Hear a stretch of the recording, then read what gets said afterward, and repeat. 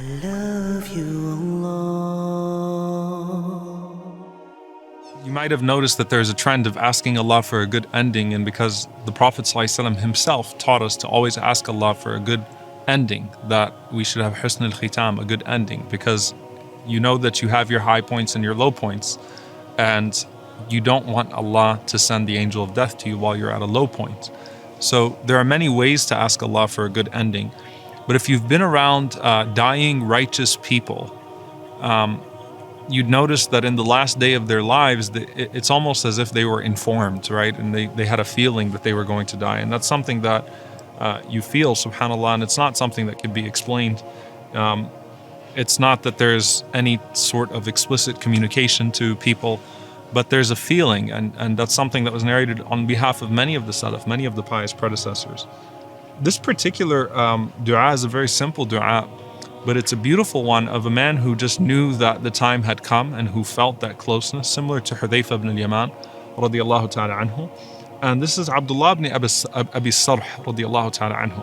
Abdullah ibn Abi Sarh one night was praying his Qiyam al-Layl, he was praying his night prayer, and he was so joyful in his Qiyam, meaning in his night prayer, that he just felt like he was in that connection. He felt like he was in that zone.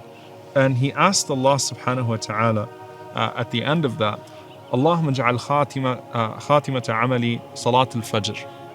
Oh Allah, let the last of my deeds be the performance of the Fajr prayer. I mean, he just asked Allah directly, let this Fajr, and he didn't say this Salat al-Fajr, he just said, let Salat al-Fajr, let my Fajr prayer be the last of my deeds. Because he had a routine of the night prayer and he felt that closeness to Allah subhanahu wa ta'ala. And the Fajr prayer for the one who stands up and prays at night is the conclusion. It's not the beginning of the day as much as it is the conclusion of the night of supplication and feeling that closeness to Allah subhanahu wa ta'ala. So he finished his Qiyam, he went and he made his wudu, he prayed Fajr, and he died in the conclusion of Salatul Fajr, at the conclusion of Salatul Fajr.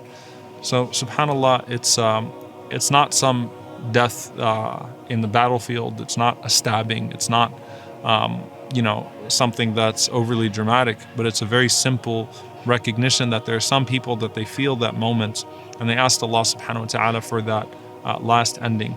Urwa radiyallahu ta'ala anhu made dua to Allah to die in sujood, to die in prostration.